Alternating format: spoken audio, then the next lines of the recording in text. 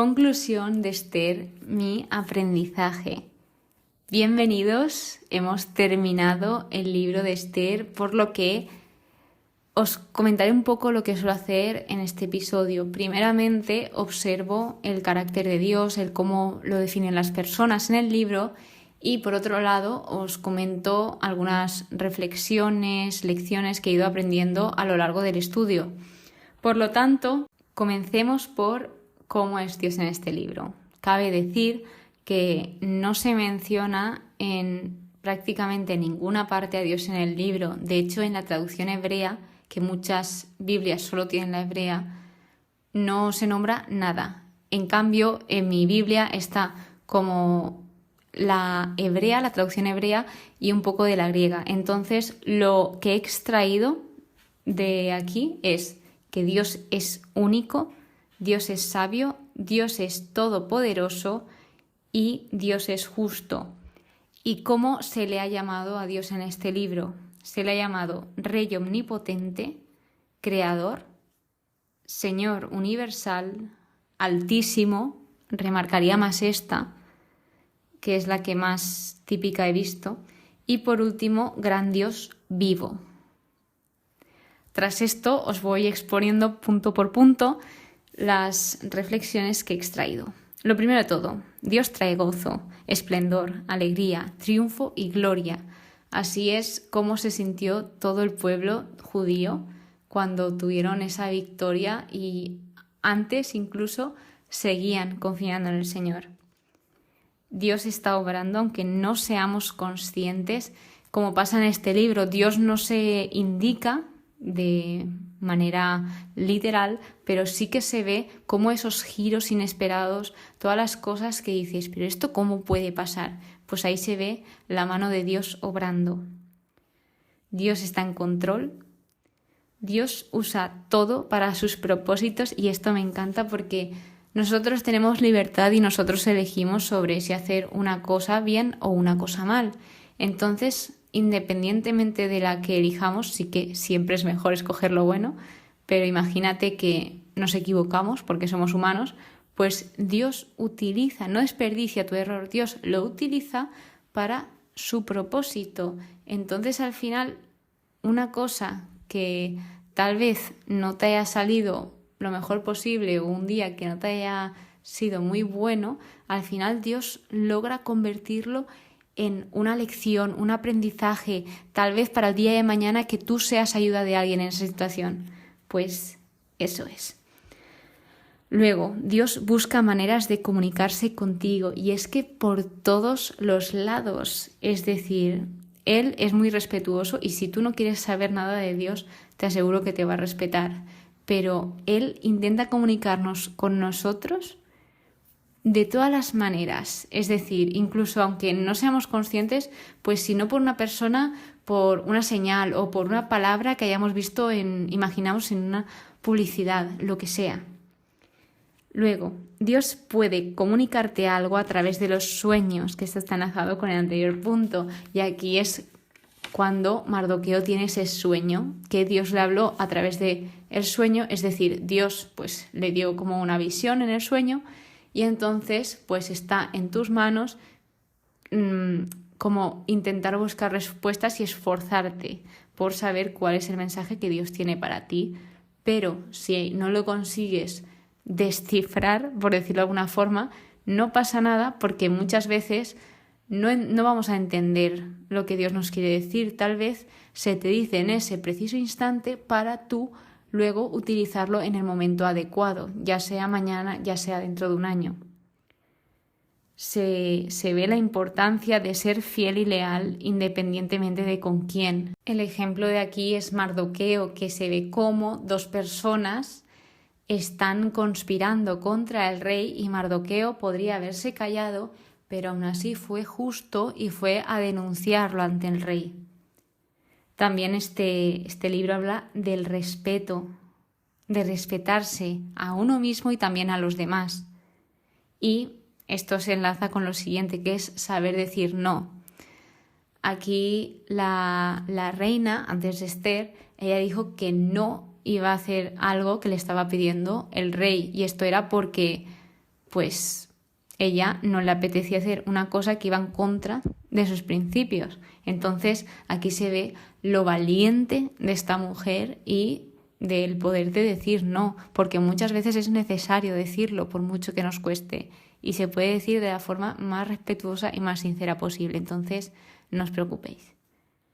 Luego, el esperar para revelar, lo que os comentaba, que tal vez se te comunica algo hoy, pero tal vez no sea para hoy, sino a lo mejor dentro de una semana o del tiempo que sea necesario, y lo entenderás. Cada cosa que haces tiene un propósito.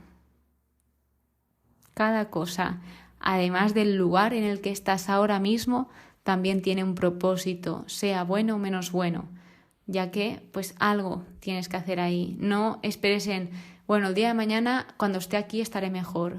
Vale, tal vez sí estés mejor, pero intenta pues esforzarte por saber qué es lo que tienes que hacer en el sitio que tú ahora mismo estás y vivirlo y no pensar en el futuro, dónde estaré o dónde he estado, sino en el ahora, por muy difícil que sea. El odio hace mucho, mucho daño. Al final a Amán el odio le comió y le hizo daño, tanto a él como a los demás, porque también afectó a todo el pueblo judío. Entonces al final el odio no es bueno. Tenemos que aceptar que no podemos gustar a todo el mundo. Esto pues es lo que le pasaba a Amán, que Amán tenía a todo el mundo a su servicio menos a una persona y por esa una persona se frustraba. Es lo que digo, vosotros imaginaos que tenéis 1 millón de euros y tenéis que dar 1 euro. ¿Lo daríais? Pues claro. Pues entonces, ¿por qué esto no lo hacemos con las personas? Es decir, o cuando tenemos un mal día, de que por tal vez 2 minutos malos del día ya todo el día se tumba, se nos viene abajo. Pues no, tenemos que tener actitud y decir, bueno, pues también me ha pasado esta cosa buena, esta otra cosa buena, esta persona me ha sonreído por la calle o he podido ayudar a alguien, lo que sea. Entonces aquí vemos el estar ciego, el que muchas veces nos pasan cosas muy buenas y solo nos damos cuenta de las menos buenas. Las batallas espirituales requieren de ayuno, este lo destaca en especial, y oración.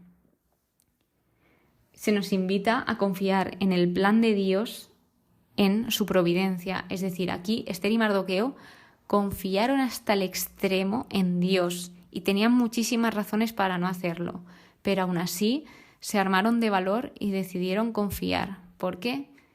¿Quién mejor que el Señor sabe cómo guiarnos? Pedir buen uso de palabras. Ojo Esther, ¿eh? Ojo Esther cuando pide que el Señor le dé astucia en sus labios. Y vemos aquí el poder de las palabras. Esto es una lección, sobre todo, me incluyo, para mí, porque muchas veces pues podemos decir cosas que no van acorde a nosotros. O es que las palabras tienen tanto poder como para dar vida como para destruir. Entonces tenemos que ser muy cuidadosos con los que decimos. Y en mi caso me cuesta muchísimo porque muchas veces hablo sin pensar. Entonces, hablemos de dejarse llevar por el orgullo, que al final esto no lleva a otro lado que a la perdición. Y que no puedes ocultarle nada a Dios, Dios te ve, al igual que no le pongas excusas a Dios porque Dios te conoce más que nadie. Tal vez un ser humano no, pero Dios sí, Dios conoce tu corazón. La importancia de descansar y por último destaco el saber cuando algo viene de Dios, el saber discernir, saber parar y decir, vale, ¿esto cómo está afectando mi vida? ¿Me va a ayudar a acercarme a Dios o me va a alejar? ¿O esta situación me está alejando o me está acercando a Dios? Hay que saber parar, es muy difícil, pero te aseguro que si tú le pides ayuda al Señor, Él te la dará. Entonces, con esto acabo mis reflexiones, ya a modo opinión. El libro de Esther me ha parecido una pasada. De Esther sí que había oído hablar mucho por diferentes canales cristianos sobre Esther, sobre la gran mujer que fue y sobre el ejemplo que nos deja, pero nunca había leído sobre ella, solamente la parte en que ella no se le ocurría presentarse ante el rey o tomar una decisión sin previamente hacer ayuno. O sea, por eso os he dicho el punto del ayuno, porque antes de tomar una decisión ella hacía ayuno. Entonces aquí vemos que tal vez el ayuno sí sea importante y esto me lo quiero aplicar también. Entonces, eso es que me ha parecido una pasada Esther, me ha parecido una pasada también Mardoqueo y sobre todo la curiosidad de que tal vez este libro sí esté escrito por Mardoqueo o gran parte esté inspirado por lo que Mardoqueo dejó escrito.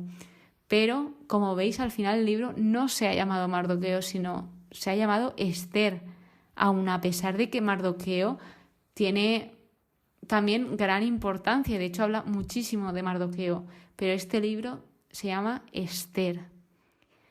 Y pues nada, que a seguir aprendiendo, estoy súper ilusionada porque en el siguiente episodio empezamos Macabeos y ya en nada vienen los Salmos, que me da mucha emoción empezarlos. Y nada, con muchas ganas como siempre, otro libro acabado y ahora pues a empezar otro. Y aquí seguimos aprendiendo y mejorando. Entonces, que paséis muy buen día, muchas gracias por escucharme y nos vemos en el siguiente episodio. Que Dios os bendiga.